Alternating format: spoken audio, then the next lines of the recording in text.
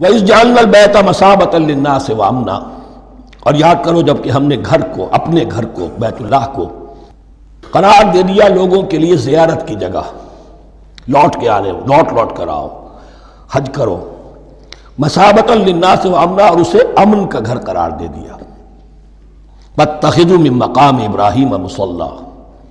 اور ہم نے حکم دیا کہ مقام ابراہیم کو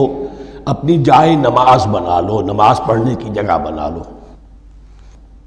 آج کل تو بعض علماء نے یہ کہا ہے کہ مقام ابراہیم سے مراد کوئی خاص پتھر نہیں ہے،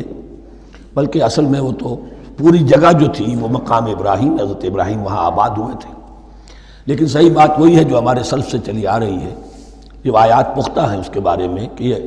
جس طریقے سے حجر اسود جنت سے آیا ہے، ایسے ہی یہ بھی ایک پتھر تھا کہ جو جنت سے لایا گیا حضرت ابراہیم کے لیے جب وہ تعمیر کر رہے تھے، کوئی اور ذرائع تو ابھی تھے ہی نہیں، اس کے اوپر وہ کھڑے ہوتے تھے اور یہ پتھر ہی اونچا ہوتا جاتا تھا خود۔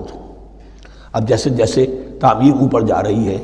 تو اس کے لیے یہ پتھر اونچا ہوتا تھا، وہ پتھر ہے جو مقام ابراہیم اب بھی محفوظ ہے، اور وہاں پر پھر طواف کر کے کعبے کا مکمل، پھر اس کے آس پاس جو ہے 2 رکعت جو ہے وہ ادا کی جاتی ہے نماز۔